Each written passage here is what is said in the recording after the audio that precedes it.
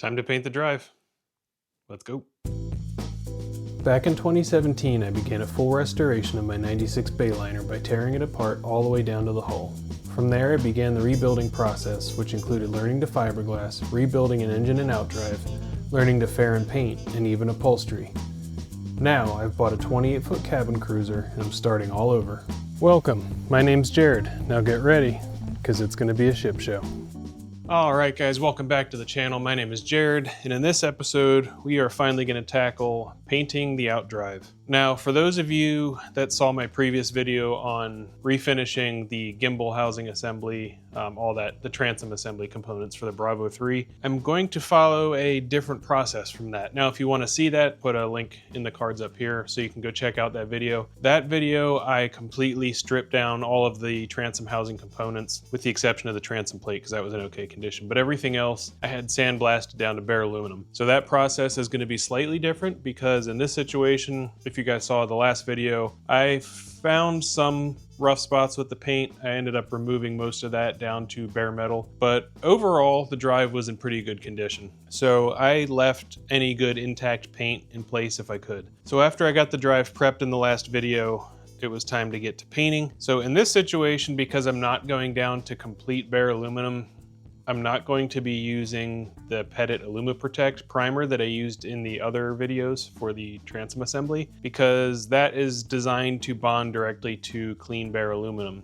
And because there was only small patches of exposed aluminum, I didn't know if it would be, from what I've read, it doesn't seem like it's a good candidate to go to anything but that, so I was afraid I would have issues with it bonding to the existing paint. So once it came time to prime this drive, I kind of established a plan as to what I wanted to do. Now, the pitting is not that bad, so my plan was to get the first coat of primer on and then go in with a underwater rated fairing compound. So I have that Total Boat 2-part fairing compound. I was planning on going on with that. So getting all the aluminum cleaned as much as I could, get that coat of primer on it right away. So I got good bond to the aluminum. And then once that was kind of sealed off from the environment, not oxidizing anymore, I had more time that I could go in and fill it with the fairing compound to get rid of any of that pitting. Now, what I found out is the primer I used, this Interlux Primicon, is a 1-part primer rated for underwater metals, good for OUTDRIVEs, things like that. That's why I went with this. And I was reading the application stuff on here, and it said, do not overcoat with any 2-part or 2-component products. So that rules out the fairing compound. Now, I even called Interlux to confirm this with their technical support, and they did confirm that that is the case. And in that situation, I would need to use the Interlux Interprotect 2000E 2-part primer, which made me go down the rabbit hole of, why did I choose this one over the other one? My initial thought was like, oh, 2-part epoxy primer was probably like way more expensive. Probably didn't need it. So I looked it up, and it's like $8 more for a quart, and a quart's plenty. Who knows why I went with this one, but at that point I had already put on a coat of primer, so I was already committed to this system. I wasn't sanding it off, starting all over. So this is going to be a bit of an experiment. We'll see how long this lasts, and just that's going to be a future project, I guess. Next time this thing needs recoated with anti-fouling, then at that point in time I'll go on with the correct Interprotect primer. Then I can fill in the pitting, that kind of stuff, and we'll go from there. So all that to say, this is not the most ideal situation if you're dealing with pitting. If you don't have pitting, then this is fine, because you don't need to worry about fairing and filling, pitting, and all that kind of stuff. Anyway, that was a lot of words to say why I'm using this and why I didn't fill any of the pitting. Like I said, I got a coat of this on before I found that out. Then I decided to just plow forward. Got a second coat of the primer on. So there's a minimum of 2 coats on every surface. Now, there's a lot of surfaces that have 3 coats, because I was able to access those surfaces in either orientation. So I have a bare minimum of 2 coats of Primicon on. The next thing I wanted to do is let it cure for 24 hours. I don't think it needs to be that long. That is one nice thing about the Interlux products, is there's no sanding required. If you have a product you're thinking about using, verify before you buy it that it does not need sanded in between coats, because that is the biggest pain in the butt, and if you can avoid it, do it.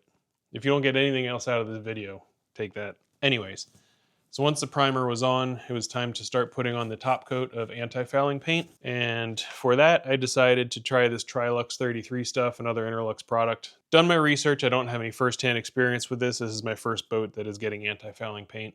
Again, I can't really speak to the efficacy of this stuff. We'll find out. This is, like I said, it's going to be an experiment. Anyways, I've gotten up to the point now on the drive. I've applied the first coat. Again, kind of dealing with flipping things over, letting them cure, all that kind of stuff. So I've officially gotten at least one coat everywhere and 2 coats in most places on the 2 halves of the drive. Now I'm at the point where I don't want to get any more excessive paint in mating areas. So again, where these things are going to go together, the 2 halves, I don't want to have an excessive buildup of paint in there. I'm trying to keep it out as much as I can. So the next step is going to be take a razor blade, some sandpaper, whatever I need to do to scrape off any excessive paint buildup in that mating surface. And then I'm going to reassemble the 2 halves. I've already gotten 2, actually I think 3 coats now on the bottom surface that actually sits on my OUTDRIVE stand.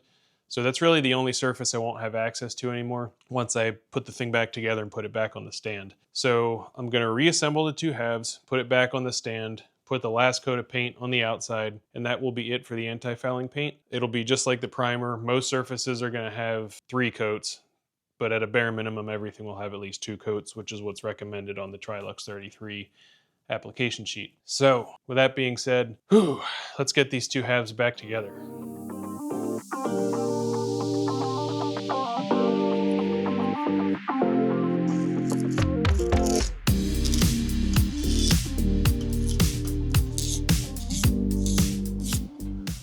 All right, it is time to put these 2 halves together. I have gone through and scraped off any of the excessive paint that was kind of sticking up. Now, before I can actually put the 2 halves together, I need to replace the O-ring that goes here that seals off the water jacket from the rest of this area, and then there's a quad ring that goes here that seals off the drive oil. I have those parts sitting over here ready to go. I already went ahead and ordered them. So let me get this painter's tape off of here now that it's stuck to my finger.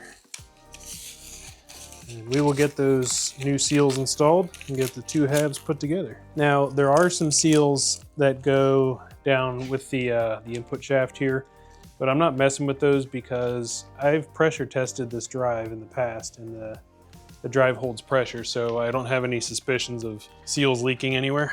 Just the reason I'm replacing these is because I already have it apart, and I didn't want to reuse the old ones, and they're cheap. So if you're doing the old play along at home thing, this part number is 25-33465. This is the O-ring seal. So it just drops in this groove here. Now it's got a little bit of a memory to it from the way that they shipped it. So I think I'm gonna get some bellows adhesive just to help hold that in place. And here's our quad ring. Again, this is 26-8M as in Mercruiser, 0204680.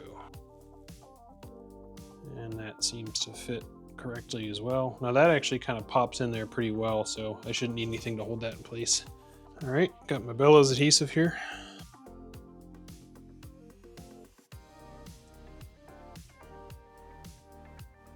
All right, and hopefully you can see that that's just kind of helping hold down that O-ring, because before, again, with the shipping, kind of had like a memory to it. We're sort of like trying to lift up out. And the last thing we want to do is be putting our drive down, not being able to see this, and end up pinching it between those surfaces and basically ruining it. Now there is one more seal in here that I'm going to replace just because I have everything apart, and again, it was cheap, but this, in all honesty, is probably kind of a waste of money because I'm no longer using the pickup tube for the speedometer. I'm planning on just blocking it. Well, I did block it off in the transom plate, and I'm just going to be relying on a GPS speedometer. But if I decide in the future that I do want to go back to using that gauge, I still have the parts and pieces that I would need to be able to do that. So it's just kind of old and kind of hardened. Again, just going to pop this guy in just because. And this is just a friction fit, essentially. No need to put any bellows adhesive or anything in there. Okay, that is it for the seal replacement. No other seals to go on here, which is the beauty of this drive setup, is it's pretty simple. So I think it's time to put the 2 halves back together. Here goes the fun part.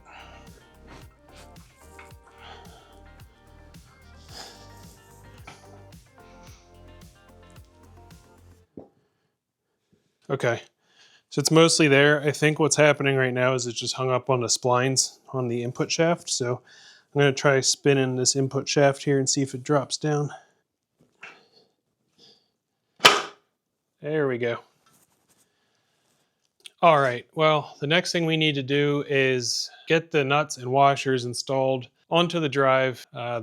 Remember, there's the 6 that go around the sides and that kind of one secret hidden one up underneath. So I decided to go ahead and install them with the Permatex forma gasket that I always use on stuff. So I got all 6 of the studs coated with that, as well as the bolt that goes up in the rear, and got them torqued down. They get torqued to 35 foot-pounds. Now, I'm gonna lie to you and say that I did do that, but I actually don't have any good means of torquing those nuts because there's no access with a socket.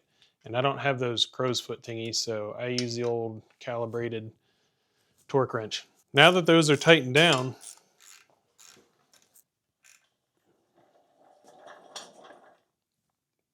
this thing's basically ready to go.